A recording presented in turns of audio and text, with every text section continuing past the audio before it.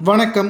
சற்று முன் கிடைக்கப்பெற்ற மிக முக்கியமான செய்தி ஒன்று வெளியாகி உள்ளது. மிகவும் தேடப்படும் குற்றவாளியாக அறிவிக்கப்பட்ட அசோக்குமார் அவர்கள் பதுங்கி இருந்த இடத்தை கண்டுபிடித்த அமலாக்கத்துறை அதிகாரிகள் தமிழக துணை முதல்வர் உதயநிதி ஸ்டாலின் அவர்களது பண்ணை வீட்டில் மறைந்திருப்பதாக அதிகாரப்பூர்வ அறிவிப்பு கிடைக்கப்பெற்றுள்ளது.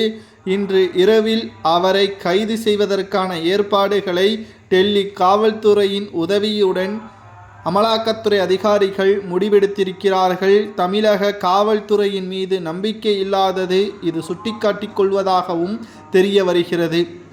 ஏனென்றால் செந்தில் பாலாஜி அவர்கள் அமலாக்கத்துறை அதிகாரிகளால் கடந்த 15 மாதங்கள் சிறையில் அடைக்கப்பட்டார். ஜாமீனில் சமீபத்தில் வெளியான நிலையில் அவர் மீண்டும் சிறையில் அடைப்பதற்கும் தமிழகத்தில் மற்ற அமைச்சர்கள் சிறைக்கு செல்வதற்கும் அசோக்குமார் அவர்கள் ஒரு தூண்டிலாக இருக்கிறார்.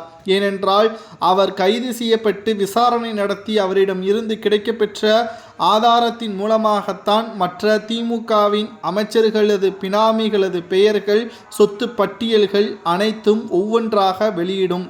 தற்பொழுது வரை செந்தில் பாலாஜியின் தம்பி அசோக்குமார் அவர்கள் எங்கு இருக்கிறார் என்ற தகவல் தெரியாமல் இருந்த நிலையில் தற்பொழுது திடீரென்று ஒரு தகவல் கிடைக்கப்பெற்றுள்ளது.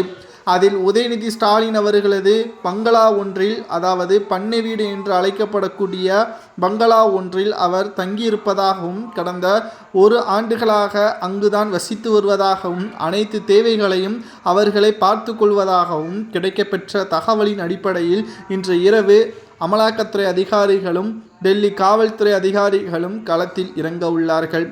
இதை முன்கூட்டியே தெரிந்த உதயநிதி ஸ்டாலின் மற்றும் அமைச்சர் செந்தில் பாலாஜி இவர்கள் மறைத்து வைக்கப்பட்டிருந்த அசோக்குமார் அவர்களை வேறு இடத்திற்கு கொண்டு செல்ல வேண்டும் என்ற உத்தரவுகளும் பிறப்பிக்கப்பட்டிருக்கிறது. இதனால் கூலிப்படைகள் மூலமாக அசோக்குமார் அவர்கள் வேறு இடத்திற்கு செல்லப்படலாம் என்றும் அதை தடுத்து நிறுத்துவதற்காக டெல்லி காவல்துறையின் உதவியுடன் செயல்படுவதற்கான ஏற்பாடுகளும் செய்யப்பட்டுள்ளது.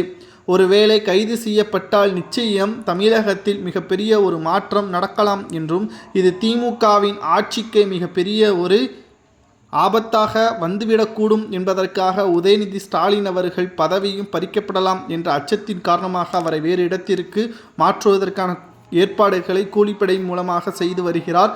பார்க்கலாம், இன்று இரவிற்குள் நல்ல செய்தி கிடைக்கிறதா அல்லது திமுகவிற்கு எதிரான குற்றச்சாட்டுகள் சுமர்த்தப்பட்ட அசோக்குமார் அவர்கள் பிணமாக கூட கைப்பற்றப்படலாம். ஏனென்றால் திமுகவினர்கள் தங்களுக்கு பாதகமாக வந்தால் என்ன வேண்டுமானாலும் செய்யக்கூடியவர்கள்.